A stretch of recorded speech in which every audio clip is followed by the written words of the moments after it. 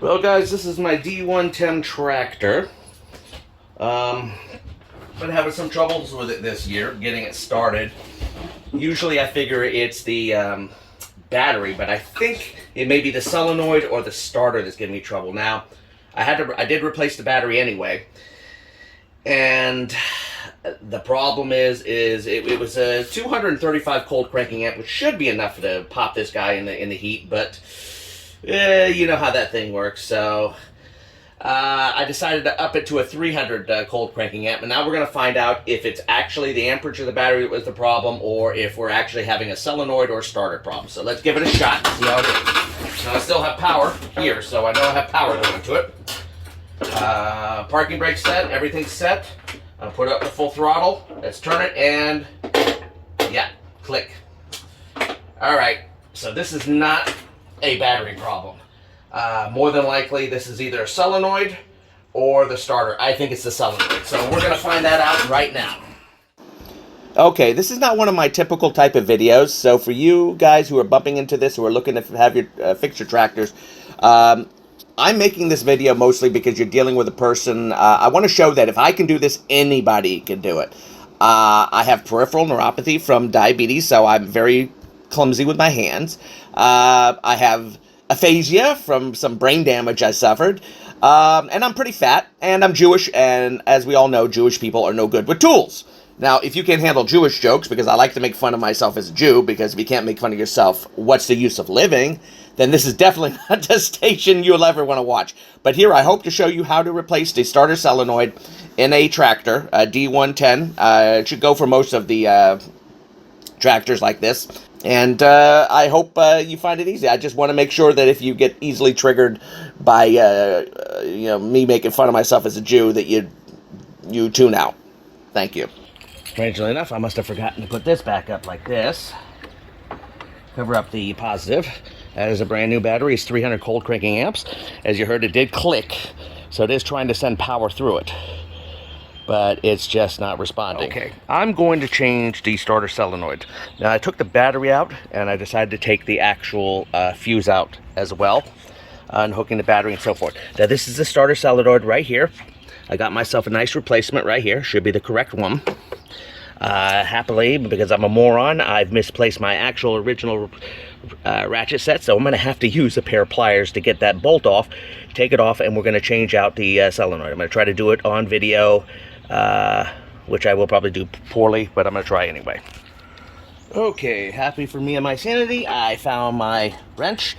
Looks like it's a 10 millimeter to get this off, so you do need it because it was very, very tight to begin with. Once you get it loose, that should be hopefully enough to do it by hand, but we'll find out right now.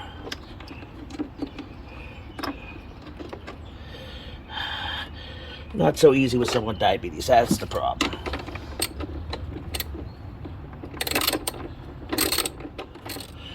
That should be enough to get it completely off. And that's it right there. Take that off. I should get this right out of here. Go. This is obviously to the starter. I'm just going to have to remember, it goes on this side. Shouldn't be too difficult. 11 millimeters. And it's 11 millimeters, so that's good.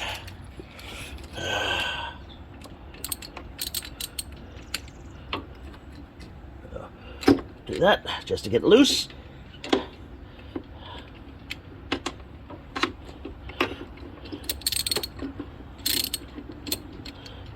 Should get that nice and loose like that, and just do the rest by hand. I hope all this is filming. Probably not with my luck. A lot of oxidation and so forth. A lot of weather. That goes right to the starter. Probably won't need that again because it comes with its own screw on this one, the new one. And the other side has this tip right here for protection. Makes perfect sense.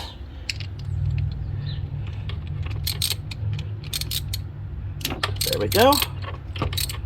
Take that apart. Again, I hope this is all filming. If it isn't, I apologize. I am not too clever at this kind of stuff. Unhook that like that.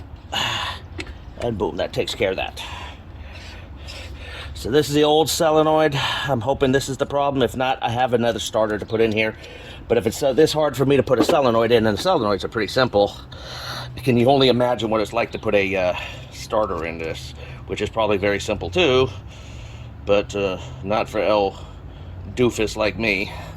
So, I take this puppy, put it in here, as it was, take the screw, take the nut, put it back on there.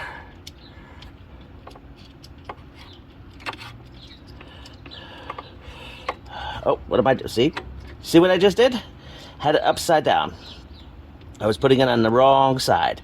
That would not have been very pleasant. So it's a lesson to you. When you're putting things back together, hold them in the same position. You want to call her, see if you... Daisy! Daisy!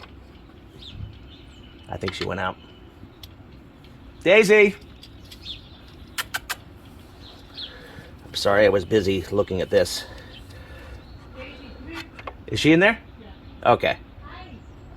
Mommy brought food and water. Definitely gonna be thirsty. We got that in there. And flip it around, and we're gonna tighten it. Alright, we need to have this up like this.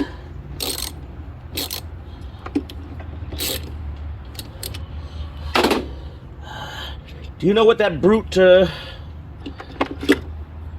your brute Brahma was doing? Oh, there's no telling. Mounting one of the other chickens. I'm pretty sure that's what I saw. It was kind of hard to see from here, but it looks like it was on top of another chicken. I think it was on top of Nugget. Oh, everybody's on top of Nuggets. Nuggets are wimpy chicken. All right, we got the first side on there. Next step is to do this side. Again, I hope this is all filming. Of course, with my luck, I'm probably isn't. I don't know what's up. Why is that like that? Can we just go straight on like that and make it easier? So we'll put that on there.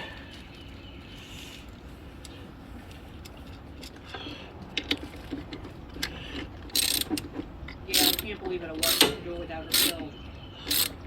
You did what without the pill? I walked out the door without her pill. Oh, that sucks. Okay, at this point we got both sides hooked in. Starter solenoid is not that difficult to replace except for doofuses like me. We got this here. Turn this like this. I don't know why this is giving a problem. It should fit no problem. Next we take the bolt, put it back there. It's amazing how much better it works when you use the right size. With my luck, we got that. Now we're just gonna hook up the other two. Now these are a little on the rusted side on the inside. We probably should replace those, but for right now, we're just gonna pop it in like this and like this. That looks good. I take my fuse, put my fuse back in here. It's a 20 amp fuse. Pretty simple application to install. It's not all that difficult. For someone like me, it's very difficult because of the diabetes. It does make things worse. I know I say it in all my videos, but truth is, diabetes really kind of sucks. And take care of yourself. Don't be stupid like me. So what I'm going to do is I'm just going to put the battery back in, set it up, and we're going to see if it starts. May have to charge the battery because heaven knows what I've done to the battery at this point. Okay, I'm double checking, making sure. Got that on the right side. Yep, that's across. Got that one on there. I'm pretty sure I got these correct, if I remember correctly. Battery's hooked up. When I turn this, I am getting lights are turning on. So I don't know if I may have drained the battery before by accident, and it may not start. But here's the moment of truth. Please let it work.